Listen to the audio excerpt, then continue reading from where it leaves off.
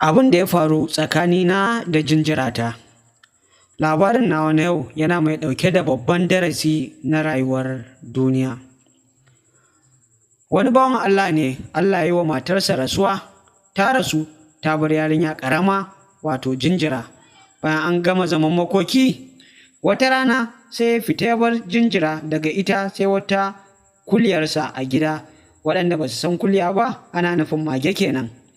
Sai abokanansa suka tambaye shi, ina ka bar jinjirarka? Sai ya ce ya bar ta a gida. Suka ce ita dawa? Ya ce ita kaɗai, daga ita sai wata 'yar kuliya da nake masifar so. Sai suka ce masa, ai ba a barin kuliya da yaro ƙarami, saboda kuliya na cinye yara ƙanana. Shi kuma da jin haka, ai kuwa sai ya nufi hanyar gida a guje. To ashe a gidan bayan fitarsa maciji ya zo zai sari yarinyar nan. Kuliyar ta zo suka yi faɗa da wannan maciji, har Allah ya ba wa kuliyar nan nasara ta kashe wannan macijin. Shi kuma yana shigowa gidan sai kuliyar ta ji motsinsa, sai ta fito daga ɗaki a guje, duk jikinta jini.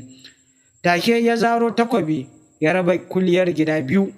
Da isarsa ɗaki sai ya ga jinjira kwance tana wasa, ga kuma gawar maciji da kuliyar da kashe. Ai tuni ya sunkuyar da kansa ƙasa, yana ta kuka, yana da na sanin kashe magen nan da yi. Allah sarki duniya, wannan labari ne yana ɗauke da darasi ne a gare mu baki ɗaya, game da saurin yanke hukunci a cikin gaggawa ba tare da mutum ya yi bincike ba. Shi ya sa shari'ar musulunci ta haramta wa mai shari'a yanke hukunci cikin fushi, ya bari har sai lokacin nutsuwa ya same shi kafin nan zai yi yanke hukunci. Allah ka sa mu fi ƙarfin zuciyarmu, Allah ya sa mu dace. Don haka jama'a, ina kiran ku daina yanke hukunci cikin sauri ko kuma cikin fushi. Ku bari sai zuciyarku ta huce, a nan ne za ku yanke hukuncin da ba za ku yi da na sani ba a nan gaba. Mun gode.